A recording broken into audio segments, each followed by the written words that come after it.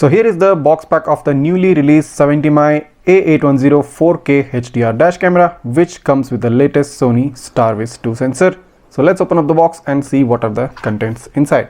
Initially you get two electrostatic stickers, then you have the dash camera user manuals.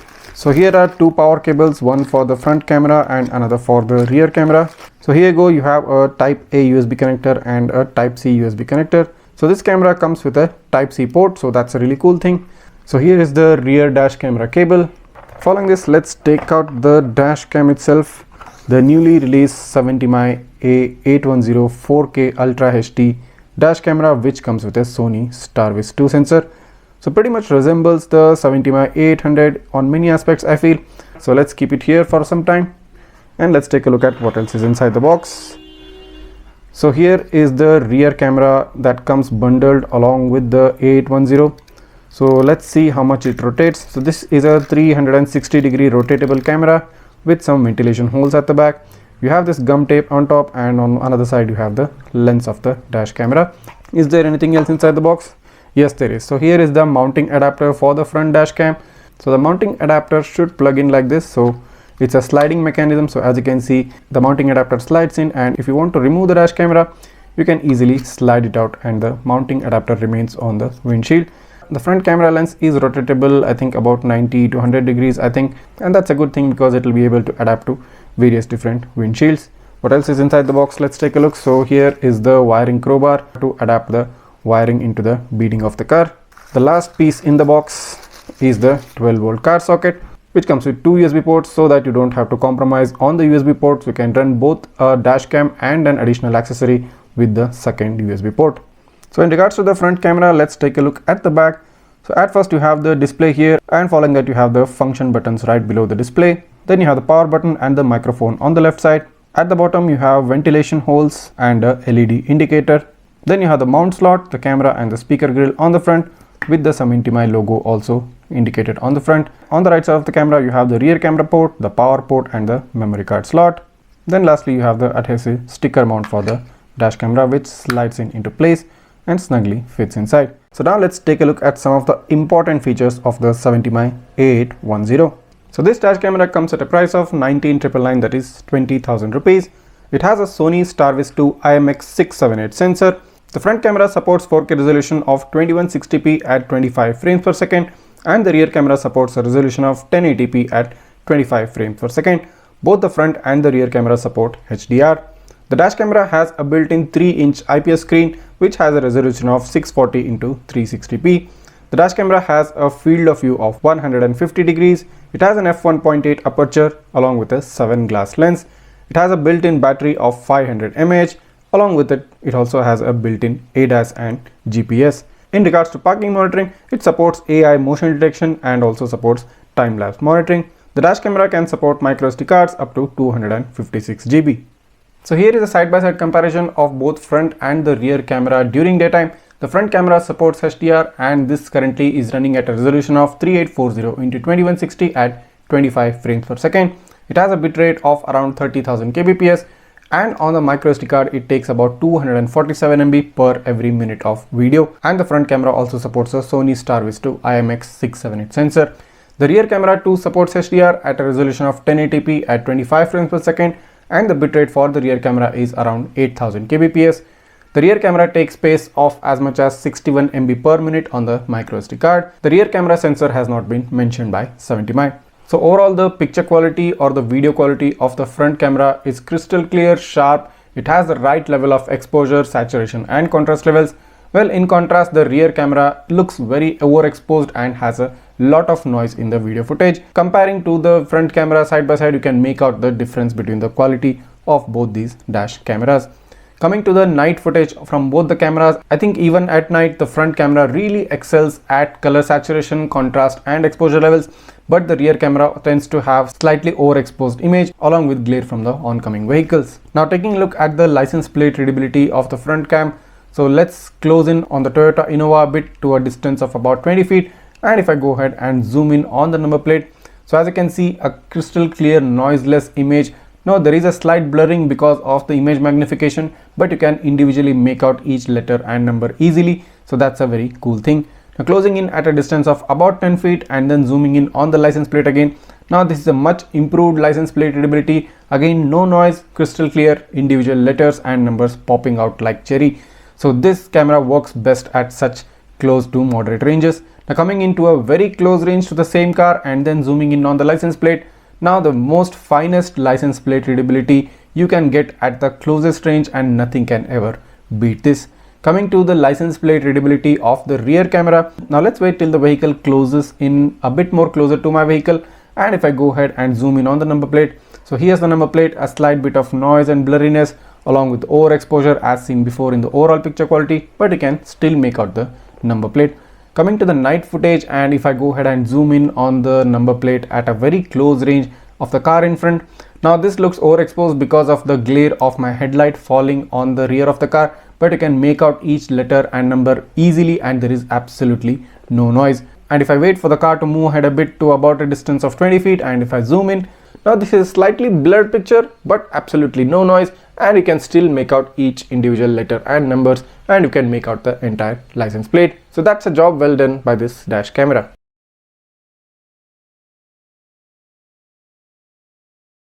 Start the installation by wiping the area of the windshield where you want to install the dash camera. Take a compatible microSD card and insert it into the microSD card slot of the dash cam. Press it gently to hear a clicking sound. Take the windshield mount of the dash camera and slide it onto the mounting adapter and remove the covering 3M sticker tape. Then adapt the dash camera onto the windshield and press it gently for proper adhesion. Insert the Type-C cable into the power port, and following that also insert the rear camera power cable into the dash camera port. Wipe the rear windshield area where you want to install the rear dash camera. Take the rear dash cam and remove the 3M sticker covering tape and adapt the rear camera gently on top of the windshield. Take the rear camera cable and attach it to the AV power cable of the rear camera. Following this, take the 12-volt adapter and insert it into the 12-volt socket of the car. Take the USB power cable and insert it into the USB port and turn on the car. Now I can adjust the rear camera angle by looking at the display on the dash camera screen. Get the right angle by giving a proper view. Also, you can do the same thing for the front camera by looking at the screen or also doing this in the 70mai app. Now the 70mai A810 dashcam is successfully installed. So here I have the 70mai A810 mounted on the windshield of my car, and today we'll be talking about the on-screen settings and along with that the in-app settings for this dash camera. So taking a look at the display, it's a bright and clear IPS display and has a resolution of around 360p. So it's viewable from anywhere from within the car. So there are some indicators provided on the screen. So as you can see, first of all, it is showing the recording status.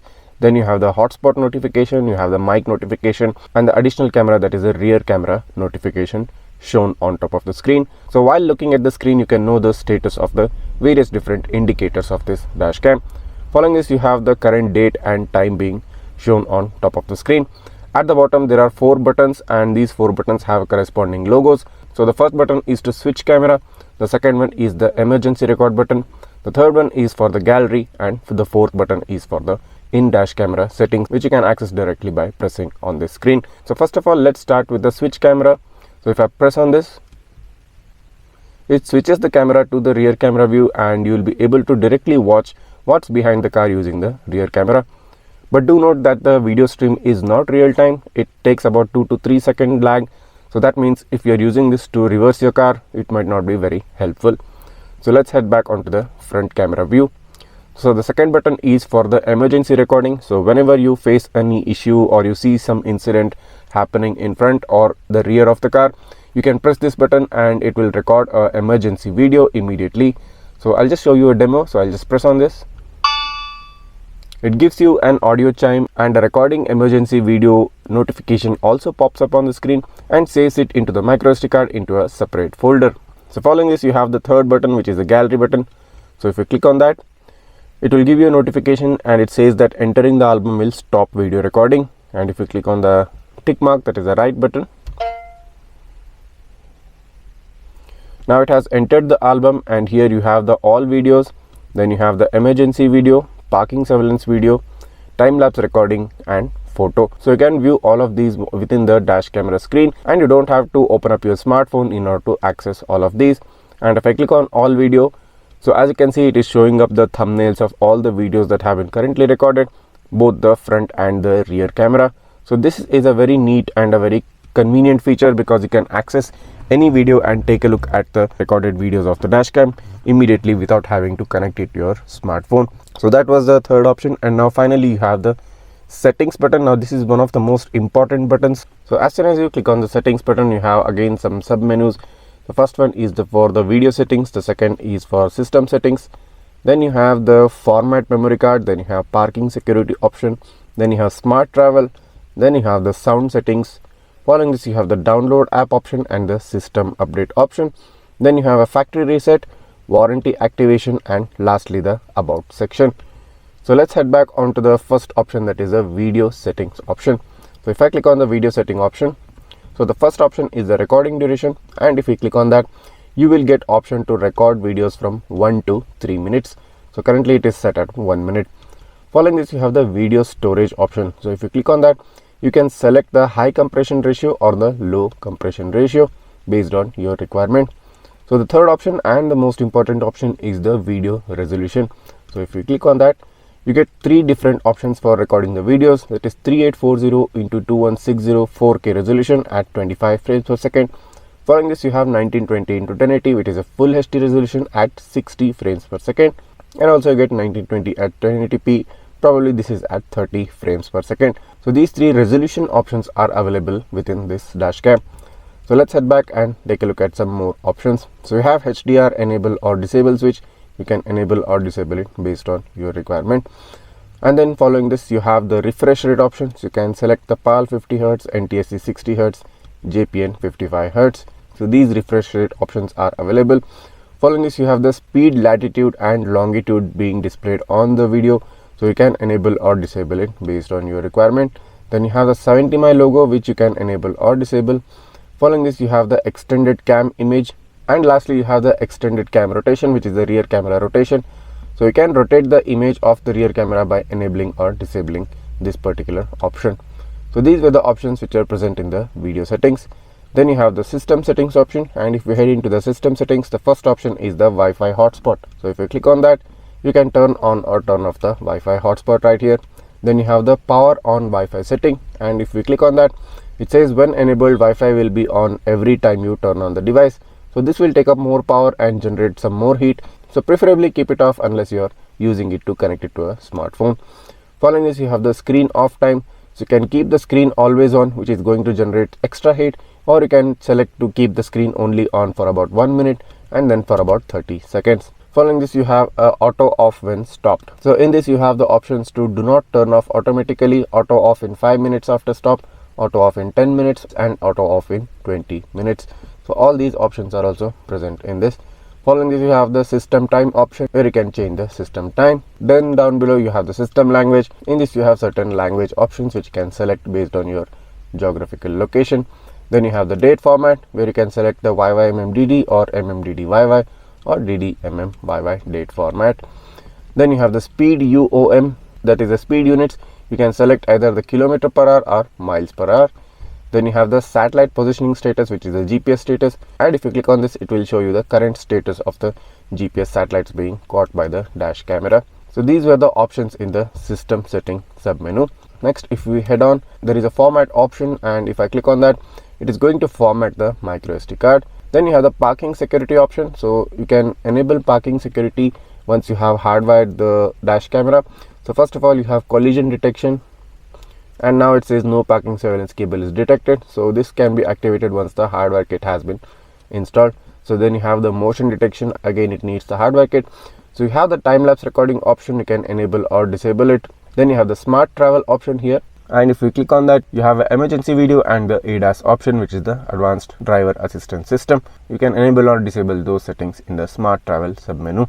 Following this you have the sound settings, and if we click on that, you can turn on or turn off the prompt tone. Below this you have the button sound. If you want, you can get a clicking sound at the press of each button, or you can disable it based on your requirement. Then you have the audio recording option, which is to turn on or turn off the mic. Then you have the speaker volume to adjust the level of the speaker volume of the dash camera. So these were the sound settings. Then you have the download app option. So in case you have not downloaded the app, you can scan the QR code from within this dashcam display and download the respective app.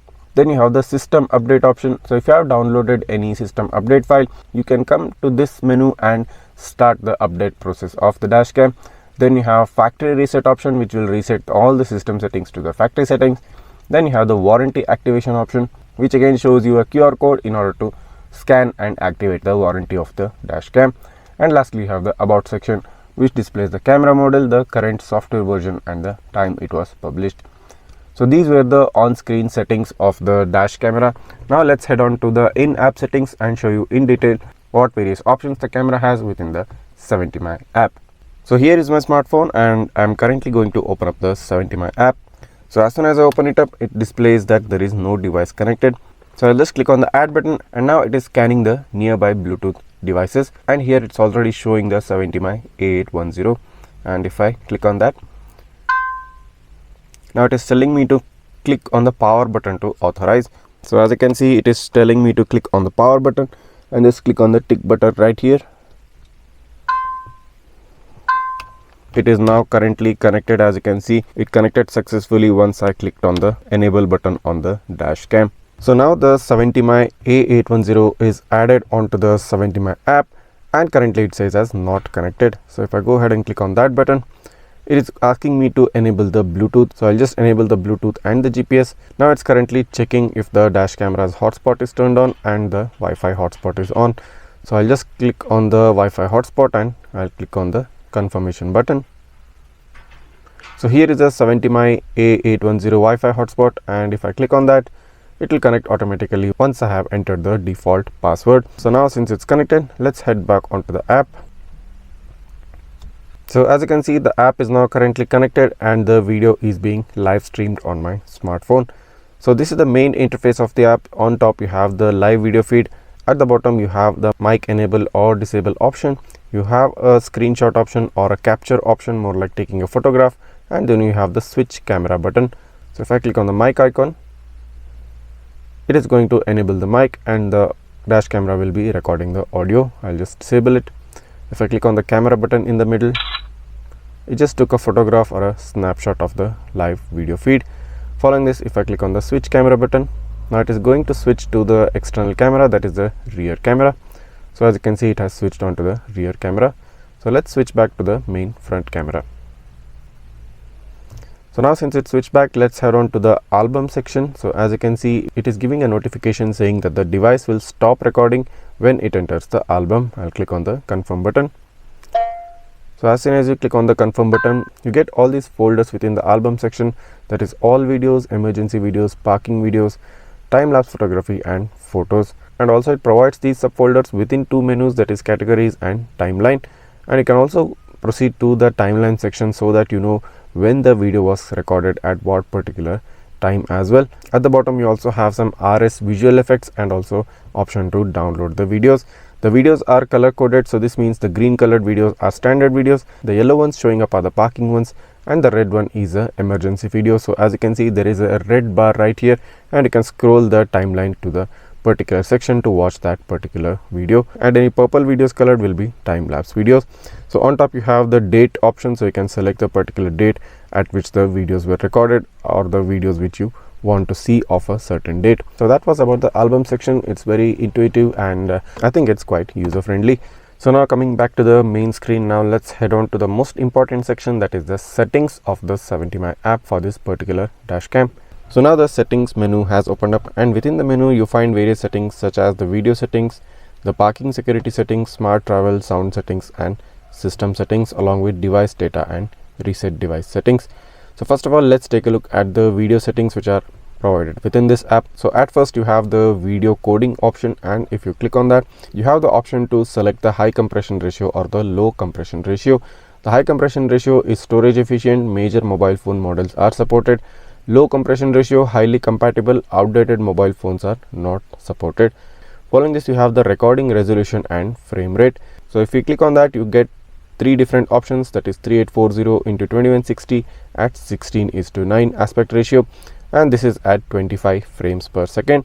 Then following you have the 1920 into 1080 16:9 aspect ratio at probably this is 30 frames per second. They have not provided the FPS. Lastly, you have the 1920 into 1080, that is full HD at 60 frames per second, Again, this is a 16:9 aspect ratio, and this probably is again at 25 frames per second. So following this, you have the video clip duration. If you click on that, you have 3 different options: 1 minute, 2 minute and 3 minutes. So all of these options are similar to what you see onto the on-screen settings of the dash camera. You have the option to enable or disable the HDR. Then again, you have the speed, longitude and latitude watermark, which you can enable or disable, the 70mai logo and the resistance to blink, so you can set the frequency at which the video records. Following this, you have the parking security, and for this you need to have the hard wiring kit installed for the dash camera in order to be able to alter these settings. Then you have the smart travel options, within which you have the emergency video and ADAS. And if you click on the emergency video, it says that the emergency video is recorded during driving after collision is detected. You can enable this, and you can set the sensitivity of the G sensor to a high, medium or a low sensitivity. You also have a ADAS setting, and you can enable or disable it. And following this, you need to calibrate the ADAS before actually starting to use it.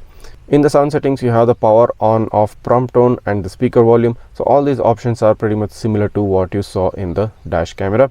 Then you have the system setting option, within which you have the language setting, the screen off time, auto off when no movement persists. So every option is the same as you saw in the dash cam settings. So here in device data, you have the synchronized driving route support data. So you can go ahead and click on this. It opens up submenu where it says that it synchronizes the driving route support record data to the mobile phone. Within this, you have 2 different options: automatic synchronization and manual synchronization. So in the automatic synchronization, the data is synchronized automatically whenever it is connected to Wi-Fi directly, and the operation can only be resumed after the synchronization is completed. In the manual settings, immediately it synchronizes the underlying recorded data that supports driving route and is stored in the dashcam to the mobile phone. So you can do it either automatically or manually based on your requirement. You also have the option to retrieve the device log. Lastly, you have the format memory card option in order to format the microSD card. And in the end, you also have the factory reset option to reset the dash camera to its original factory settings.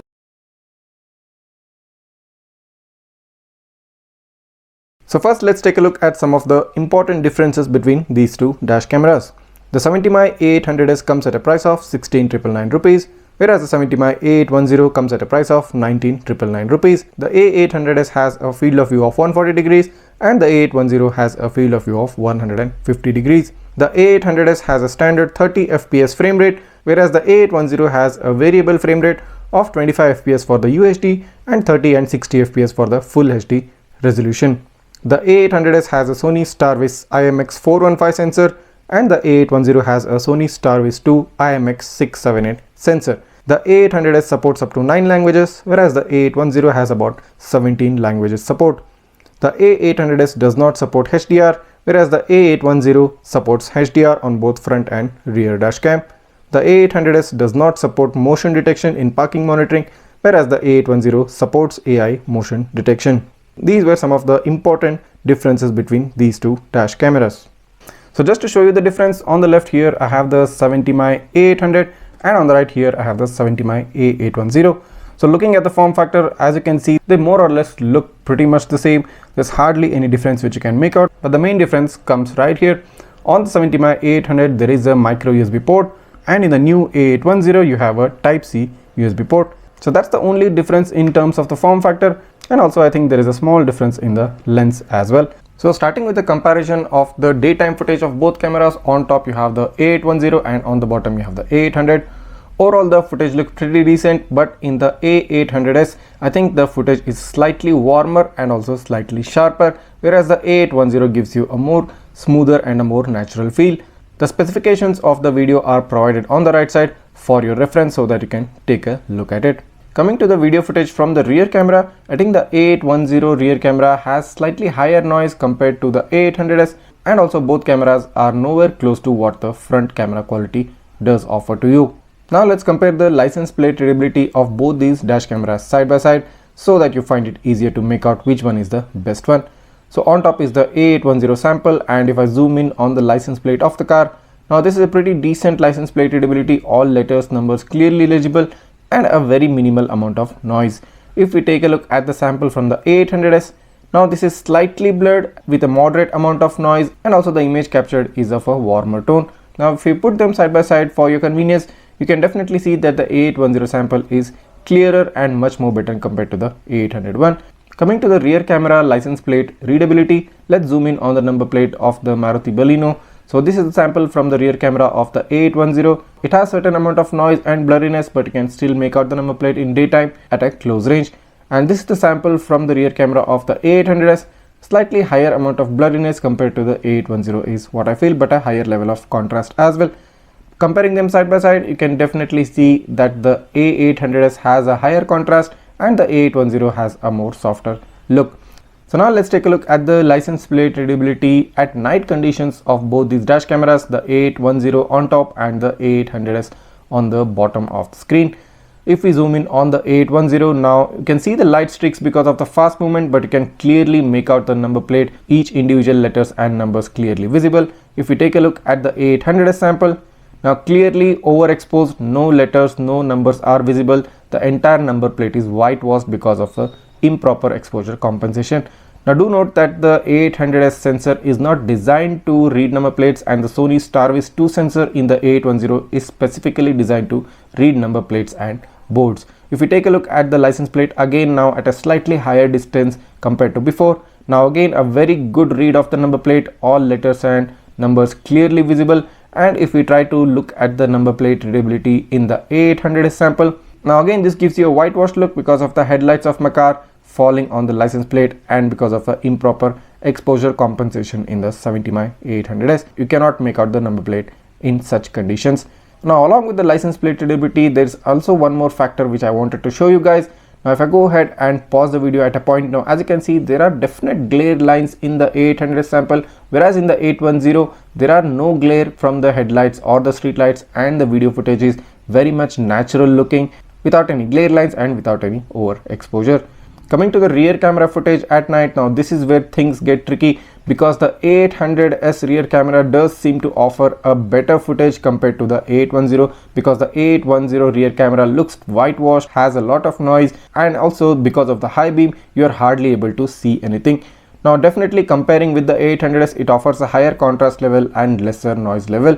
If we take a look at the license plate readability with such high glare hitting the lens, so here is the A810 rear camera sample. You can just about make the number plate when it's at a very close range, and this is the A800 sample, slightly higher contrast, slightly better looking. Also you can still make out the number plate.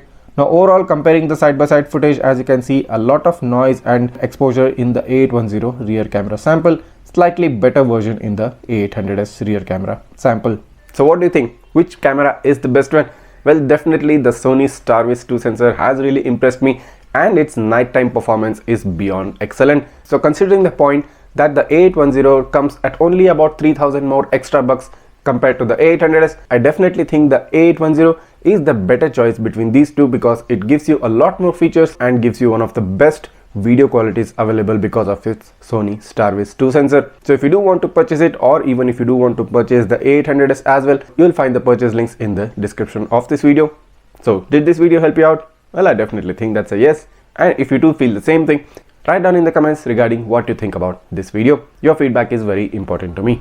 So many more interesting videos coming up in the future. Make sure you do not miss them by hitting the subscribe button of Travel Tech and smashing that like button.